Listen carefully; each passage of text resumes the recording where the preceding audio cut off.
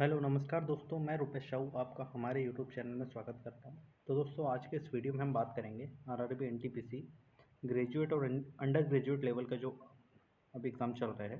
तो अभी सीबीटी 1 चल रहा है। इसके बाद जो कैंडिडेट सीबीटी 1 को क्वालिफाई कर जाएंगे उनका आरआरबी एनटीपीसी सीबीटी 2 का एग्ज़ाम होगा। जैसे कि आप लोगों को पता है कि आरआरबी एनटीपीसी सीबीटी 1 जो है ये एक क्वालिफाइंग एग्ज़ाम होता है।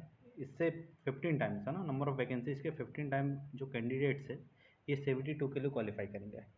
तो क्वालिफाई करने के लिए जैसा कि अभी आप सभी को पता है कि आरआरबी एनटीपीसी ग्रेजुएट लेवल का एग्ज़ाम हो चुका है और इसकी आंसर की भी आ चुकी है। और उसका सीबीटी 2 के लिए जो है एग्ज़ाम जल्द ही हो जाएगा और उसका जो रिज़ल्ट है most probably next month September and में या अक्टूबर के फर्स्ट वीक में आ जाना चाहिए। अब बात करते हैं आरआरबी एनटीपीसी अंडर ग्रेजुएट के सीबीटी 1 में, तो जो अभी कंटिन्यू चल रहा है, ठीक है। तो ये एग्ज़ाम होगा, इसके बाद इसकी आंसर की आएगी। आंसर की के बाद कुछ महीनों में, 1-2 महीने के बाद इसका रिजल्ट आ जाएगा। अब बात करते हैं आरआरबी एनटीपीसी जो सीबीटी 2 है ग्रेजुएट लेवल का, इसके होने की संभावना कब है। तो जैसे ही रिजल्ट आएगा इसके 15 दिन बाद ही एग्ज़ाम कंडक्ट करा लिया जाएगा। 15 दिन से 1 महीने के अंदर अंदर, 15 से 30 दिन के अंदर अंदर, क्योंकि रेलवे का अभी तक ऐसे ही ट्रेंड रहा है कि रिज़ल्ट आता है और रिज़ल्ट आने के बाद क्या होता है, बहुत जल्दी एग्ज़ाम हो जाता है। तो आपको प्रिपरेशन कंटिन्यू करनी है।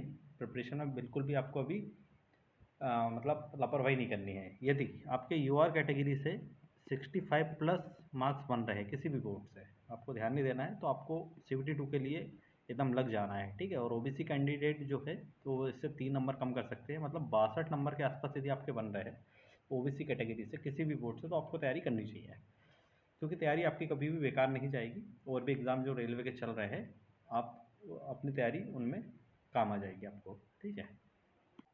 तो यदि आपके मार्क्स इतने हैं तो आप सेफेस्ट साइड है, तो आपको तैयारी करनी चाहिए। और भी हम बात करते हैं कि सीबीटी 2 में क्या क्या पैटर्न रहेगा एग्ज़ाम का, क्या क्या सिलेबस रहेगा, ये सारी चीज़ों का डिस्कशन करेंगे हम। सबसे पहले पैटर्न की बात करेंगे। तो सीबीटी 2 में पैटर्न क्या रहेगा, कोई भी एग्ज़ाम हो, ग्रेजुएट लेवल या अंडर ग्रेजुएट, दोनों का पैटर्न सेम ही रहेगा। आपको 35 क्वेश्चन मैथ्स के पूछे जाएंगे, 35 रीजनिंग के और 50 जीके के, ठीक है। तो ये आपको ध्यान देना है। मतलब मैथ्स, इसमें 3 सब्जेक्ट पूछा जाता है, मैथ्स, रीजनिंग और जीके।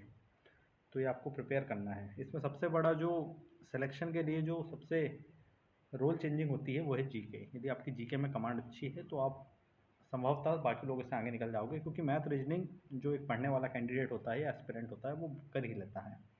हालांकि आरआरबी एनटीपीसी में अभी तक के रीजनिंग में भी अच्छे क्वेश्चंस देखने को मिले हैं। तो जो पजल्स है या सीटिंग अरेंजमेंट है, और भी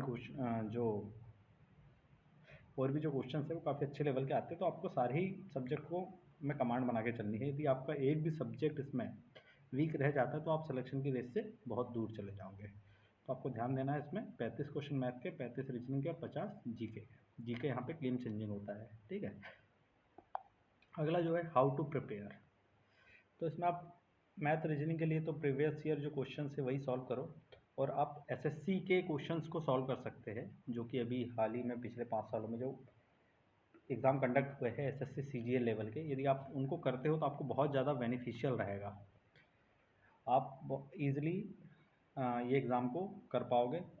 और इसमें यदि आप सीजीएल लेवल के क्वेश्चन सॉल्व करोगे तो आपको बहुत ही आसानी से पेपर सॉल्व हो जाएगा आपका। आपको किसी भी प्रकार की समस्या नहीं जाएगी। तो मैं रिकमेंड करूँगा आप एसएससी सीजीएल लेवल की मैथ को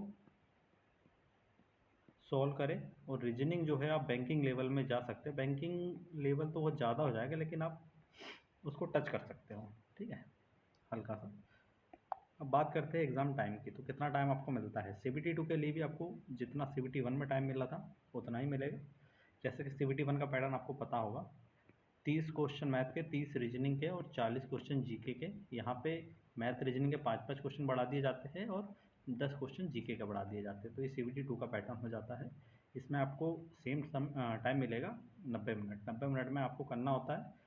और यदि आप स्पीड बढ़ाना चाहते हो तो आपको रेगुलर वे में मॉक सॉल्व करना पड़ेगा, तभी आप एग्ज़ाम में अपनी स्पीड को मेंटेन कर पाओगे। अदरवाइज़ आपसे बनते हुए भी आपका पेपर छूट सकता है।